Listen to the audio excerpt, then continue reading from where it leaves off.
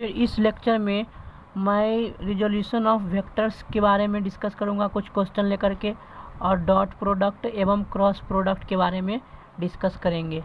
तो यहाँ पर मैंने क्वेश्चन लिया है कि वेक्टर को ब्रेक करना है कि resolve OP vector into horizontal x axis and vertical y axis. इसमें रिजॉल्व करना है कि मतलब कि ओपी जो वेक्टर है उसके दो कंपोनेंट होगा, एक एक्स कंपोनेंट होगा एक्स एक्सिस के डायरेक्शन में और दूसरा कंपोनेंट होगा वाई डायरेक्शन में वाई कंपोनेंट होगा। तो यहाँ पर हमें ब्रेक करना है। ओपी वेक्टर का मैग्नीट्यूड कितना दिया हुआ है, 17 दिया हुआ है, जो कि हॉरिजॉन्टल से 60 डिग्री का एंगल बना रहा है। तो मैंने प्रीवियस लेक्चर में मैंने एक क्वेश्चन रिजोल्यूशन ऑफ वेक्टर का मैंने सोल्व किया था। उसमें क्या था कि जिधर एंगल बनता है उधर कॉस थीटा लेते हैं, जैसे कि कॉस 60 डिग्री लेंगे। यहाँ पर एंगल हॉरिजॉन्टल से कितना बन रहा है 60, तो यहाँ पर 60 डिग्री लेंगे। लेकिन बाई एक्सिस में बाई की तरफ तो एंगल नहीं बन रहा है, तो जब जिधर एंगल नहीं बनता उधर साइन थीटा लेते हैं। ये बेसिकली राइट एंगल ट्रायंगल से ही है कि मतलब कि जैसे कि ये निकालना है, अगर जैसे हम राइट एंगल ट्रायंगल कंप्लीट करेंगे इस तरह से, तो देख रहे हैं कि ये ट्रायंगल का बेस है, तो बेस बटे हाइपोटेनस क्या होता है, कॉस थीटा। इसी कारण से हॉरिजॉन्टल कंपोनेंट निकालने में क्या होता है, हमको हॉरिजॉन्टल कंपोनेंट निकालने में कॉस थीटा का प्रयोग होता है। और यहाँ का लेंथ उतना ही बराबर होगा जितना कि ये लेंथ होगा। तो इसीलिए हम क्या कर इसीलिए क्या होता है कि बाई कंपोनेंट, इसके जिधर एंगल नहीं बनता है उधर का वैल्यू निकालने के लिए, बाई कंपोनेंट निकालने के लिए साइन का फैक्टर लेना पड़ता है, क्योंकि इसके सामने का एंगल परपेंडिकुलर हो जाएगा और ये हाइपोटेनस होगा, है ना। इस तरह से अप्लाई होता है। इसी कारण से जिधर एंगल नहीं रहता उधर साइन थीटा लेते हैं बेसिकली कंपोनेंट निकालने के लिए। तो यहाँ पर ये हॉरिजॉन्टल कंपोनेंट क्या हो जाएगा, एक्स कंपोनेंट हो जाएगा। एक्स कंपोनेंट क्या होगा, x component of OP vector. तो ओपी वेक्टर का कंपोनेंट मतलब ओपी वेक्टर ओपी एक्स भी लिख सकते हैं। तो कंपोनेंट निकालने के लिए क्या करते हैं, उसका मैग्नीट्यूड, तो मैग्नीट्यूड के साथ हम कॉस लगा देंगे जो एंगल दिया हुआ है हॉरिजॉन्टल के साथ। तो यहाँ पर एंगल कितना 60 डिग्री दिया हुआ, तो ओपी वेक्टर का एक्स कंपोनेंट क्या हुआ, मैग्नीट्यूड ऑफ ओपी 17 मीटर हो गया, इंटू कॉस जो एंगल बना रहा है हॉरिजॉन्टल से 60 डिग्री, यही आंसर होगा।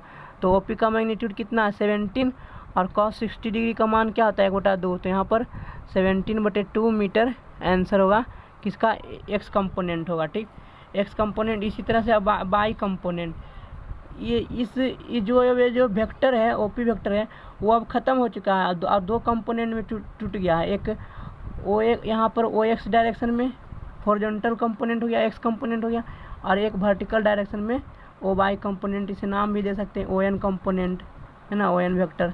तो दो वेक्टर में टूट गया, एक ठो ओ एम वेक्टर हो गया और एक ठो ओ एन वेक्टर हो गया, दो वेक्टर में टूट गया। अब ये जो ओरिजिनल था ओपी वो ख़त्म हो गया। तो यहाँ पर बाई कंपोनेंट क्या आ जाएगा, y component of OP vector. तो y component of OP vector क्या हो जाएगा, तो ओपी वेक्टर का बाई कंपोनेंट, तो मैग्नीट्यूड ऑफ ओपी वेक्टर लेंगे और इसके साथ साइन लगा देंगे एंगल, क्योंकि यहाँ इधर तो एंगल नहीं बन रहा है, इधर हॉरिजॉन्टल के साथ एंगल नहीं बन रहा था, जिसके साथ एंगल रहता है उसके साथ कॉस लगाते हैं। लेकिन ये बाई कंपोनेंट की तरफ तो एंगल नहीं है, एंगल तो दूसरी तरफ, तो यहाँ पर साइन लेते हैं, तो साइन हो गया। तो हम जब इसे कैलकुलेट करेंगे तो क्या होगा, ओपी का मैग्नीट्यूड 17 हो गया और साइन 60 डिग्री होता है √3/2, तो यहाँ पर हो जाएगा 17 √3/2 मीटर आंसर होगा कंपोनेंट। ठीक, इसी तरह से एक और क्वेश्चन लेते हैं और इसे रिजॉल्व करते हैं। क्वेश्चन नंबर 2, जैसे कि यहाँ पर मैं एक्सिस चेंज करता हूँ, कोऑर्डिनेट एक्सिस चेंज करता हूँ। मान लेते सपोज ये बाई एक्सिस है और ये मेरा एक्स एक्सिस है। ठीक, ये एक हो गया, और यहाँ से एक वेक्टर है इस डायरेक्शन में, ये ओ क्यू वेक्टर है, जो कि इसके साथ 45 जो कि इसके साथ 30 डिग्री एंगल बना रहा है, 30 डिग्री। ठीक, इस एक्सिस के साथ 30 डिग्री एंगल बना रहा है। ठीक, और इस ओ क्यू वेक्टर का लेंथ मान लेते हैं कि 30 मीटर है। ठीक, 30 मीटर है। तो इस केस में एक्स कंपोनेंट और वाई कंपोनेंट क्या होगा। ठीक, तो हम एक्स कंपोनेंट क्या होगा, इस ओ क्यू वेक्टर का एक्स कंपोनेंट क्या होगा, इस डायरेक्शन में, इस तरह से, ठीक, ये हो जाएगा। मान लो तो आर पॉइंट है, यहाँ से प्रोजेक्शन ड्रॉ करेंगे तो ये क्या होगा, ओ आर जो हो गया एक्स कंपोनेंट हो गया है, ठीक। तो हम एक्स कंपोनेंट लिखते हैं, एक्स कंपोनेंट क्या होगा, ओ आर बराबर हो जाएगा एक्स कंपोनेंट। तो क्या करते हैं, मैग्नीट्यूड को cos थीटा लगा देंगे, तो मैग्नीट्यूड कितना है 30, तो ओ क्यू हो गया और cos 30 डिग्री। तो ये मेरा क्या निकल जाएगा, ये मेरा निकल जाएगा हॉरिजॉन्टल एक्स कंपोनेंट, ठीक। तो 30 डिग्री इंटू cos 30 डिग्री का मान क्या था, √3/2। तो यहाँ 15√3 हो गया है, क्या 15√3 जो हो गया एक्स कंपोनेंट हो गया। तो बाई कंपोनेंट किस तरह से निकालेंगे, बाई कंपोनेंट, तो बाई कंपोनेंट मानते हैं कि इस वेक्टर का बाई कंपोनेंट क्या आ जाएगा, ये होगा बाई कंपोनेंट। मान लेते एन पॉइंट, ओ एन हो गया, ओ एन वेक्टर क्या हो गया, बाई कंपोनेंट। तो ओ एन बाई कंपोनेंट हो गया। तो एंगल तो इधर बन रहा है ना, एंगल तो इधर बन रहा है, तो इधर एंगल नहीं बन रहा, तो जिधर एंगल नहीं बनता उधर क्या होता है, साइन थीटा लिखा जाता है।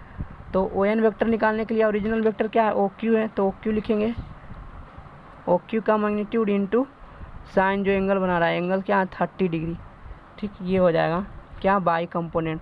तो ओ क्यू का मान कितना था 30 इंटू साइन 30 डिग्री का मान 1/2, तो यहाँ पर 15 आंसर आ गया, 15 मीटर या ये कंपोनेंट बाई कंपोनेंट आ गया, ठीक।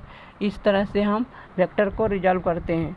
अब हम डॉट प्रोडक्ट और क्रॉस प्रोडक्ट के बारे में स्टडी करते हैं। डॉट प्रोडक्ट किस तरह से डिफाइन किया जाता है दो वेक्टर का, इसके बारे में हम यहाँ पर लिख देते हैं। डॉट प्रोडक्ट, दो वेक्टर का डॉट प्रोडक्ट एक स्केलर क्वांटिटी होता है। मतलब स्केलर क्वांटिटी किसे कहते हैं, जिसका सिर्फ और सिर्फ मैग्नीट्यूड होता है, उसका डायरेक्शन नहीं होता है। तो ये बात को याद रखना है कि दो वेक्टर का डॉट प्रोडक्ट क्या होता है, स्केलर क्वांटिटी होता है। तो हम इसे कैसे डिफाइन करते हैं, मान लेते हैं कि एक ए वेक्टर है और इसका डॉट लिखते हैं। सिर्फ डॉट मतलब मल्टीप्लाई ही होता है। तो ए वेक्टर और डॉट बी वेक्टर, तो ये दोनों वेक्टर को जब हम डॉट प्रोडक्ट करेंगे तो इसका सिर्फ क्या होगा, यह स्केलर क्वांटिटी प्राप्त होगा। तो इसे किस तरह से डिफाइन किया जाता है, A vector dot B vector equals to magnitude of A vector into magnitude of B vector into cos theta. Cos theta मतलब दोनों के बीच का एंगल। जैसे कि मान लेते हैं कि ये ए वेक्टर है और ये बी वेक्टर है, दोनों का कोई इनिशियल पॉइंट सेम होना चाहिए, दोनों का कोई इनिशियल पॉइंट क्या होना चाहिए, सेम होना चाहिए, तभी होगा। और इन दोनों के बीच का एंगल क्या है, थीटा है, ठीक। इन दोनों के बीच का एंगल क्या है, थीटा है। अगर कोई इनिशियल पॉइंट सेम नहीं रहेगा तो उसे हम सेम करेंगे, उसको आगे की ओर लाइन ऑफ एक्शन की ओर क्या करें, मतलब कि ढकेल करके, पुश करके, है ना। तो यही डॉट प्रोडक्ट का डेफिनेशन है, इसे याद रखना है, इसी से बनता है सारा क्वेश्चन डॉट प्रोडक्ट का। कि यहाँ पर A vector dot B vector equals to magnitude of A vector into magnitude of B vector into angle का, उन दोनों के बीच के एंगल का कॉस थीटा, इन दोनों के बीच के एंगल का कॉस थीटा। अब देखो इससे क्या क्या फार्मूला क्या क्या निकल सकता है। इन दोनों के बीच का एंगल अगर जो निकालना रहेगा क्वेश्चन में कि find the angle between two vector, two given vector, से ये ए वेक्टर हो गया, ये बी वेक्टर है, तो इन दोनों के बीच के एंगल निकालने के लिए तो यहाँ से कॉस थीटा से निकल जाएगा। तो इससे हम कॉस थीटा निकालने के लिए क्या करेंगे, इन दोनों को इधर अगर जो डिवाइड करेंगे तो कॉस थीटा निकल जाएगा। तो यहाँ से फार्मूला मेरा क्या बनेगा कि A vector dot B vector को डिवाइड कर दो मैग्नीट्यूड से, इसके मैग्नीट्यूड से। ए वेक्टर का मैग्नीट्यूड क्या हो गया, मैग्नीट्यूड ए, और बी वेक्टर का मैग्नीट्यूड ऑफ बी।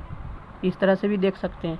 तो यहाँ से दो वेक्टर के बीच का एंगल निकाल सकते हैं, ठीक।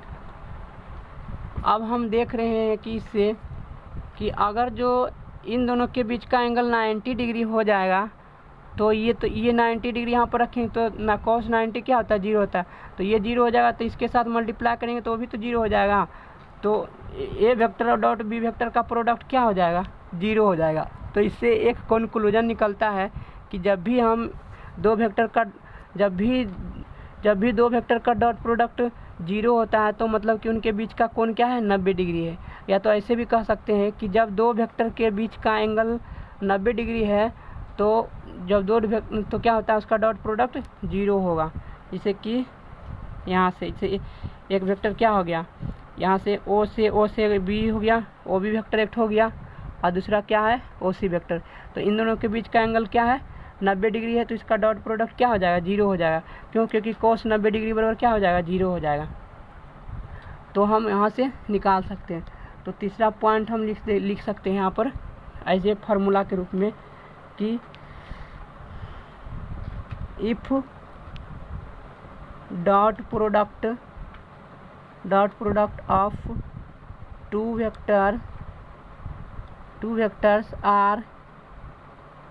Vectors is zero, then this implies that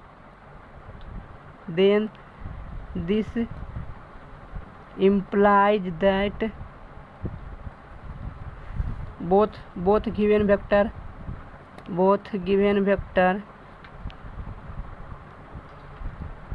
are perpendicular to each other, एक दूसरे से क्या है, परपेंडिकुलर है।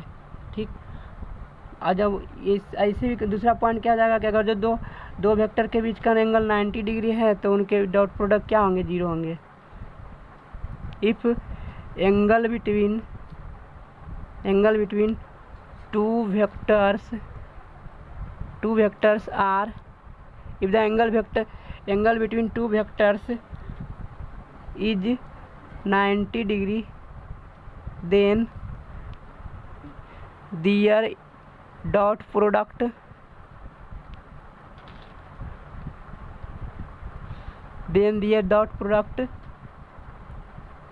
will be जीरो, है ना। जब दो वेक्टर एक दूसरे से परपेंडिकुलर होगा, 90 डिग्री कोण बनाएगा, तो क्या होगा, उसका डॉट प्रोडक्ट जीरो होगा। इससे रिलेटेड हम कुछ क्वेश्चन करते हैं ताकि कंसेप्ट क्लियर हो जाए। ठीक, थोड़ा सा देख लेते हैं कि नोटेशन देख लेते हैं कि जैसे कि हम ये एक्स एक्सिस है, ये वाई ऊपर की ओर मान लेते हैं वाई एक्सिस है, और ये मेरी तरफ आता हुआ जो है ये जेड एक्सिस है। तो एक्स एक्सिस को आई कैप से डिनोट करते हैं, वाई एक्सिस को जे कैप से डिनोट करते हैं, और जेड एक्सिस को के कैप से डिनोट करते हैं।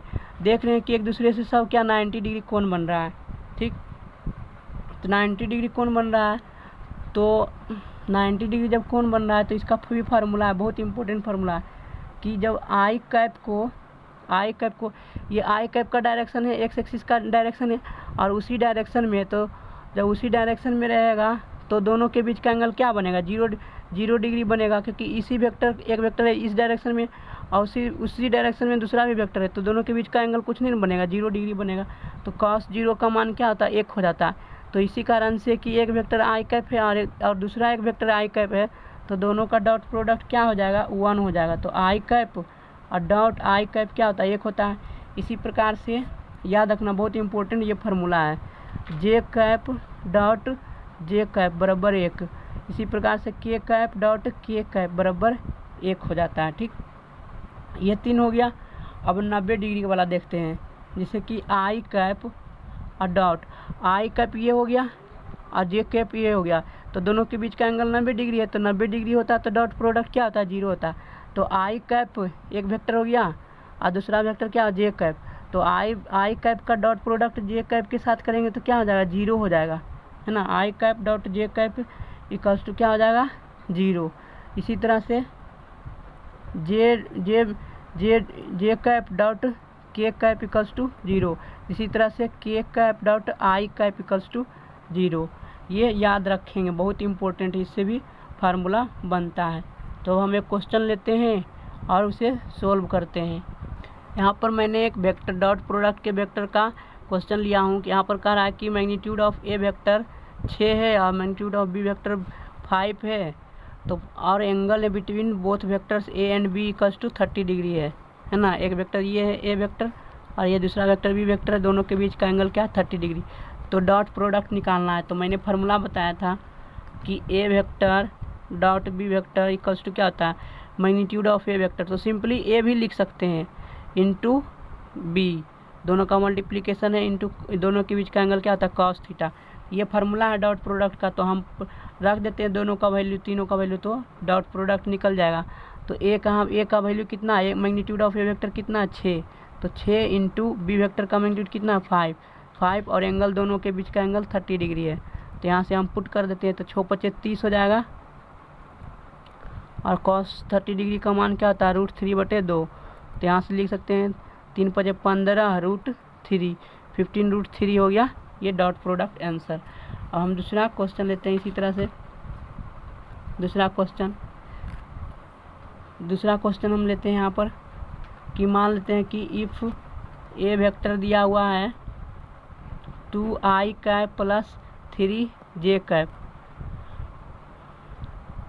और प्लस 5k कैप, और एंड बी वेक्टर जो दिया हुआ है, बी वेक्टर दिया हुआ है xi cap plus 4j cap plus 6k cap, ठीक। दिया हुआ are perpendicular to each other, are perpendicular to each other, एक दूसरे से क्या है परपेंडिकुलर है। तो अभी मैंने कंसेप्ट बताया था कि जब दो वेक्टर परपेंडिकुलर होता है तो उसका मैग्नीट्यूड क्या होता है, उसका डॉट प्रोडक्ट क्या होता है 0 होता है। तो हम यहाँ से डॉट प्रोडक्ट कर देते हैं, तो मेरा आंसर हो जाएगा, मतलब ए वेक्टर का डॉट प्रोडक्ट और बी वेक्टर का डॉट प्रोडक्ट 0 होगा। क्यों? क्योंकि दोनों वेक्टर क्या है परपेंडिकुलर है। तो हम ए वेक्टर यहाँ से लिखते हैं जो दिया हुआ है क्वेश्चन में, 2i cap plus 3j cap plus 5k cap का डॉट करेंगे किससे, बी वेक्टर से। तो xi cap plus 4j cap plus 6k cap equals to क्या 0 के बराबर कर देंगे, क्योंकि परपेंडिकुलर है 90 डिग्री बना रहा है। यहाँ पर हिंट में लिख देंगे कि A vector is perpendicular to B vector, इसीलिए ये डॉट प्रोडक्ट क्या हुआ 0 हुआ, लिखना पड़ेगा नहीं तो गलत हो जाएगा। तो अब देखो मल्टीप्लाई करते हैं कि आई कैप और डॉट आई कैप क्या होता है 1 होता है। मैंने पीछे 5-10 मिनट पहले मैंने बताया था कि फार्मूला में कि आई कैप डॉट आई कैप क्या होता है 1 होता है। इसी प्रकार जे कैप डॉट जे कैप क्या होता है 1 हो जाएगा।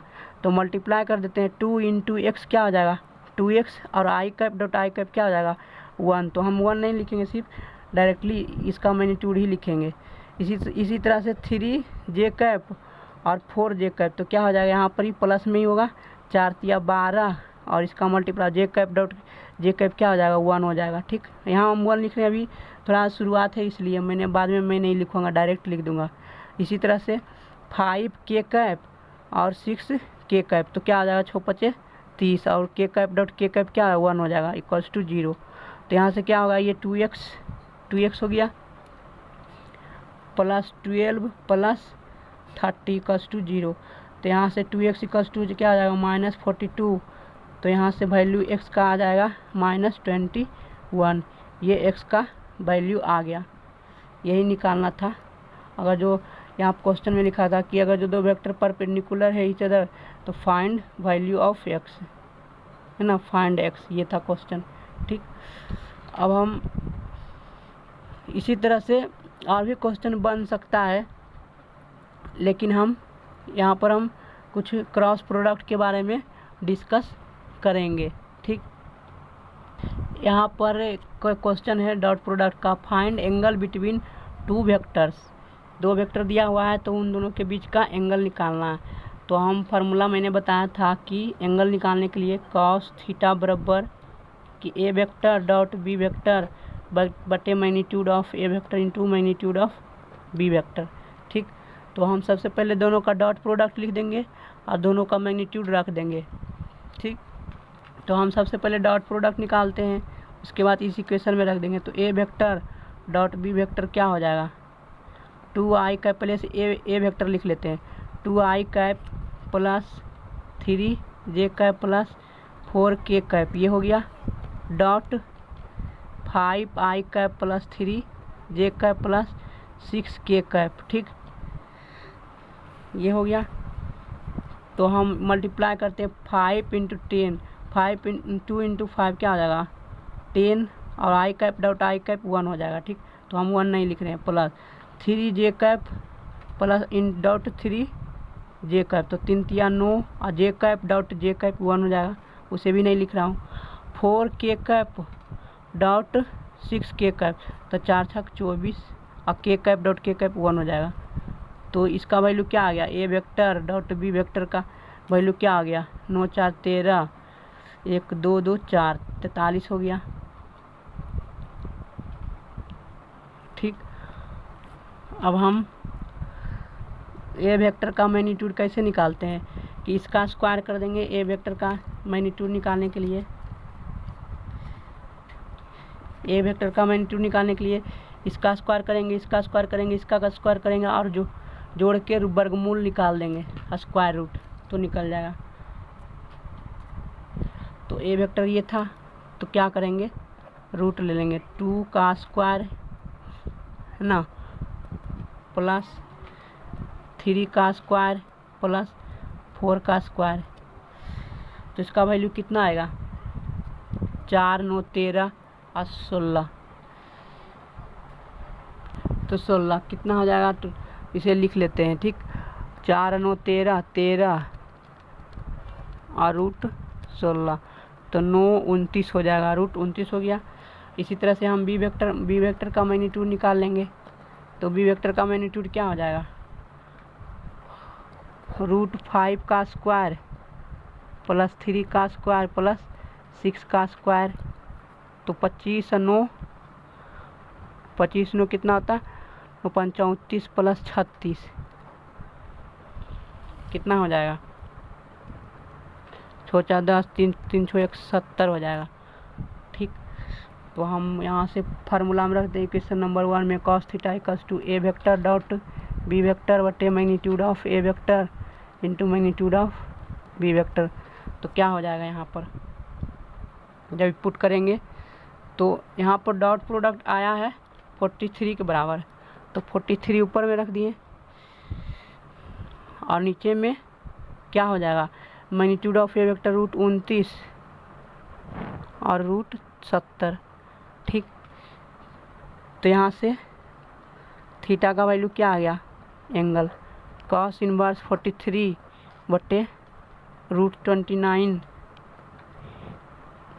इंटू रूट 70, ये एंगल दोनों के बीच का एंगल निकल गया, यही आंसर हो गया है। ठीक, एक और क्वेश्चन लेते हैं और उसे सॉल्व करते हैं, एडिशन ऑफ वेक्टर।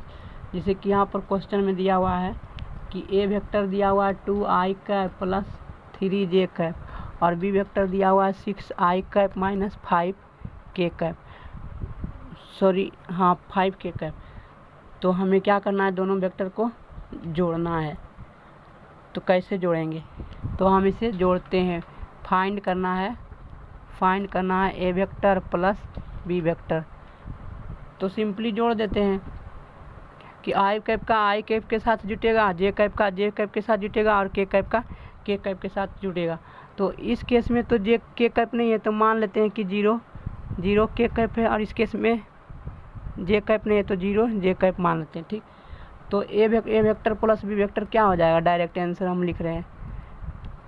तो दोनों को जोड़ेंगे तो आई कैप वाला आई कैप के साथ जुड़ जाएगा, तो 2i कैप और ये 6i कैप क्या हो जाएगा, 8i कैप प्लस जे कैप में से 3 जे कैप है, इसमें 0 है तो 3 और 0 क्या हो जाएगा 3, तो 3 जे कैप। फिर के कैप का के कैप तो इसमें नहीं है, इसमें है तो माइनस 5 के कैप, ये आंसर हो गया है। ठीक, अब हम इस लेक्चर को यहीं समाप्त करते हैं।